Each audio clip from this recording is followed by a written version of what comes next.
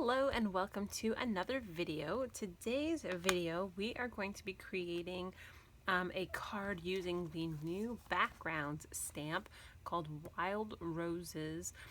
This is one, I'm not always a fan of really busy backgrounds, but I thought this looked like I could do a lot of different things with it. And the first thing I thought I was going to try, and I thought it would work, and turns out it didn't.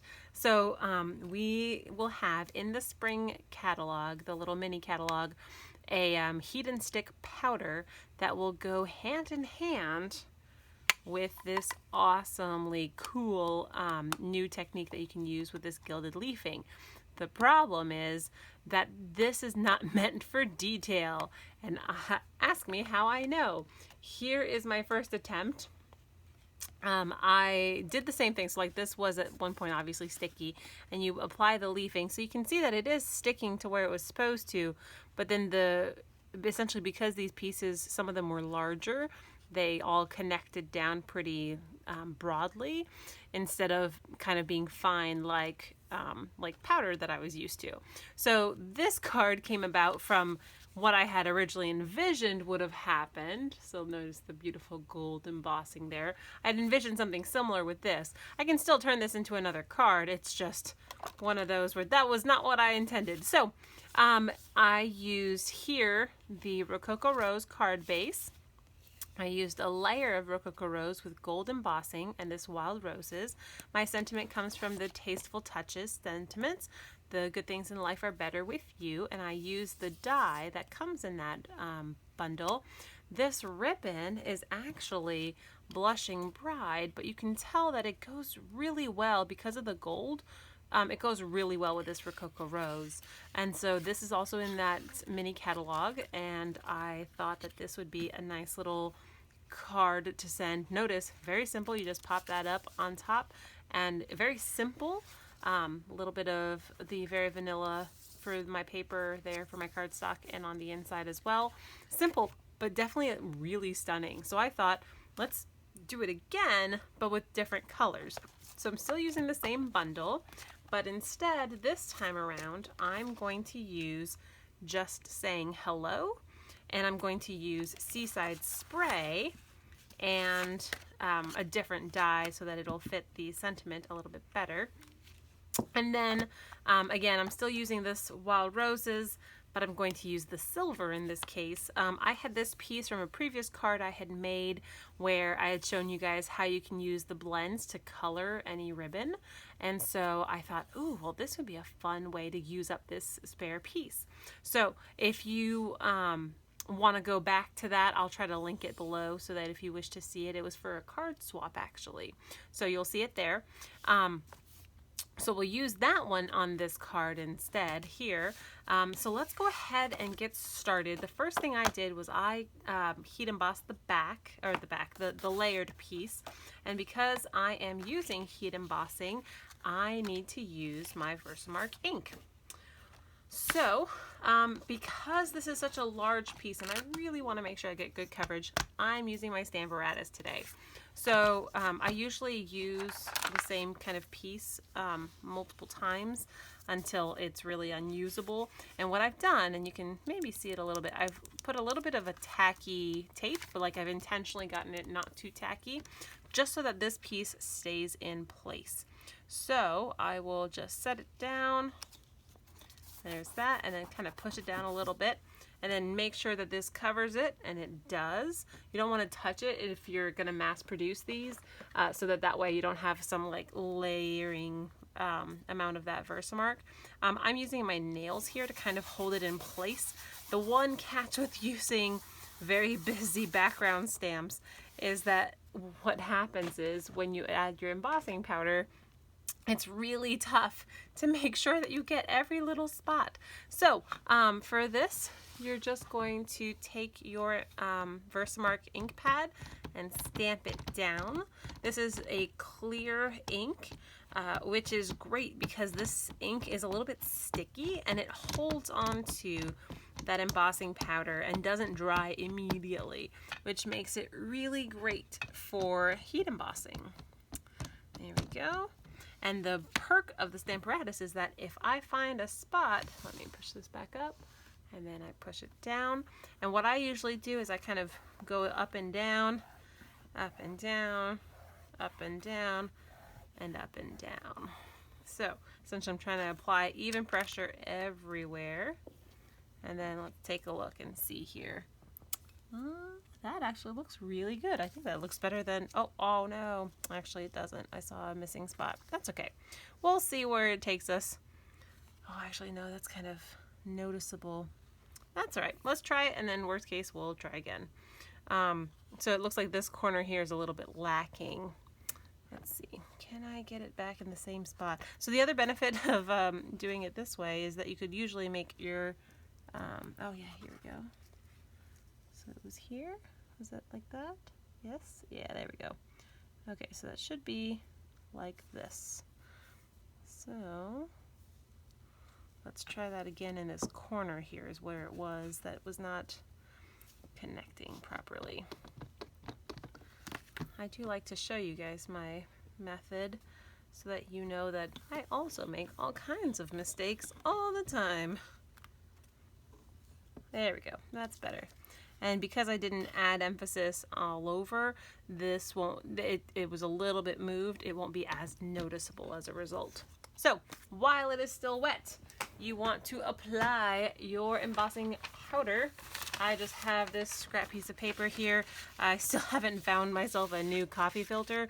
We don't really drink coffee in my house, and so I don't have access to just, you know, random coffee filters everywhere. So gotta maybe go to like the dollar store or something. So I'm just layering it on. Normally I would kind of go in sections, but because I really want to make sure I get good coverage and not have to manipulate my paper as much, I'm just kind of dumping the whole thing. And then what I do is you kind of just pick it up by a corner, by a side. There we go. It looks like there we go. And the neat thing is that this background's pretty busy, and so hopefully that'll mean it'll be a little forgiving for any mistakes that may have been made. There we go. That's kind of cool. And you can see this sort of doubling that happened there, but that's okay. It's not too bad. And if anything, you can just be like, hey, homemade, not Hallmark, right? You got some love in your cards. If I was very bothered by it, I could have just flipped this paper over and tried again. So there's always that too. So if you're one of, if you're on the more perfectionist spectrum of things, you could totally just flip that paper over, and that way you're not wasting it. So that being said, it looks like I don't have a very heavy hand on this side here, so I'm actually going to pick it up that way. I also have like jewelry style tweezers that I could use as well. Let me heat up my embossing tool, my heat tool. So you'll notice that it'll be really really silver there, and that should be pretty fun. All right, let's bring that in.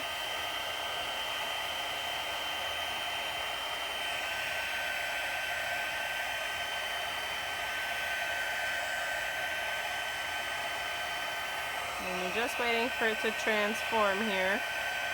There we go. Look at that. Do you see that? Yeah.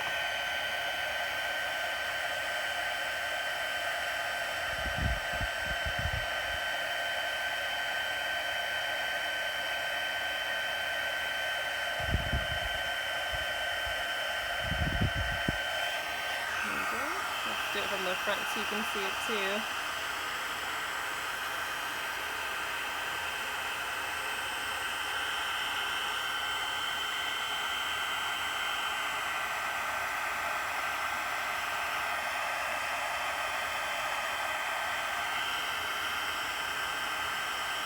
There we go. It does take a little bit longer since it's such a big piece.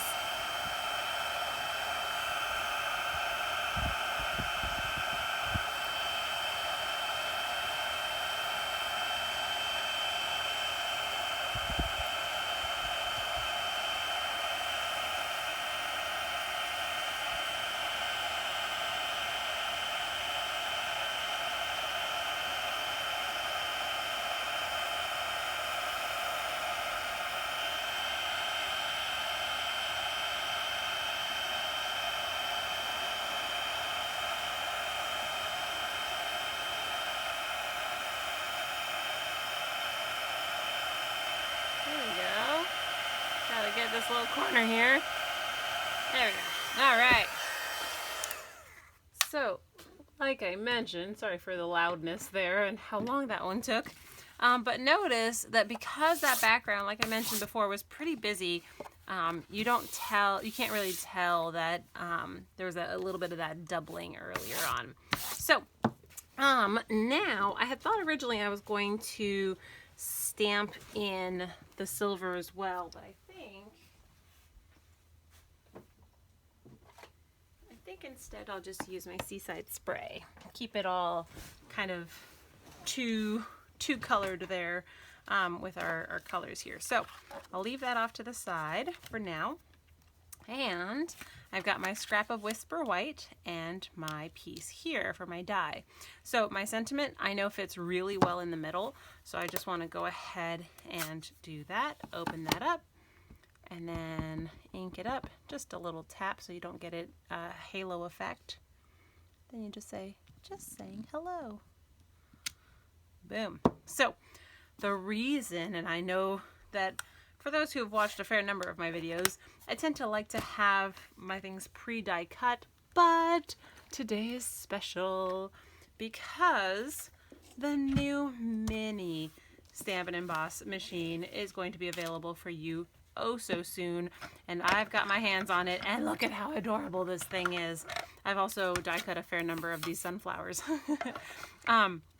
So I wanted to show you how it works. It's essentially just like the other one, but just a little bit bigger. The other one's just a little bit bigger. So notice this one is great for things like sentiments from little sections of scrap paper. It's also great for embossing with those teeny tiny embossing folders. See, and I thought I was going to be able to. It's just a little too big. So I usually use just an old piece of washi tape. You can use painter's tape. You could use really, really unstickified Scotch tape if you wanted. I'm just gonna line that up. Oh, just a little scrap there. There we go. I'm gonna line that up and then just tack it down. That way it's gonna hold when I pass it through. So you just layer it the same way that the big machine tells you what your sandwiches are. So it is this one, which is incredibly convenient. And this, just like the big one, will, for this particular set of dies, not only die cut, but also emboss. So we've got here our plates. I can move them out of the way. Move this a little bit, and look at this. Look at this. He folds up the same way. Super cute. So now I just need to assemble. We've got here our piece, and we've got the corresponding ribbon. This one here I'm actually going to wrap around and then glue to the back. So let's find a good elevation. If I want to make it centered, do I want it centered? Oh, that's kind of large. That's okay. That'll work. So we're going to make it centered, and we are going to use our grid paper. So these are going to be 5 1/4 inch long. So this is a little bit larger than that in terms of, this is a 3/8 of an inch. And so what we need to do is put our tape or our glue or whatever we're using, and I say glue, but with ribbon you really don't want to use glue. So I'm going to just use my Stampin' Seal, and I'm going to aim for the middle. So 1 inch, 1 inch, 2 inches, 2 inches. So here is essentially our middle. So I'm going to, and I'm just going to take it all the way across, because I know that I was laying it flat on my cardstock anyway, so it made sense to me. So now I'm going to stick it down between those two values here, and then pull it across, and then lay it back down, and again between those two values. And if your ribbon's large enough, it'll cover that whole piece anyway, which this one happened to be. So there we go. So now I can adhere this straight onto my cardstock, card base. This is 4 1/4 by 11, scored at 5 1/2, and it's going to be, this is one of those examples of a color that is light enough where I'm pretty sure this will be a-okay to just write straight on. If you really like the crisp white look of the of having that liner on the inside of your card, you can totally add one of those. That is perfectly fine. You could even stamp on top of it, add some tie-in to the back if you really like that. That would be fine. So I'm gonna push that down, use my bone folder to make that crease really straight, and now I'm just gonna pop this up right here and add that on there. It's a little bit large, but I think it's one of those where sometimes it just sends the right message, right? Sometimes you just want a nice big sentiment. Alrighty. So, and because it's a little bit bigger, I had originally thought of doing one of the, there's a vertical sentiment called, I think it says like, "You are the best." And I had thought originally of using that one, but it was a little bit small, and I don't know, I thought I'd rather go big than go small for this particular kind of card, especially because the back was so busy.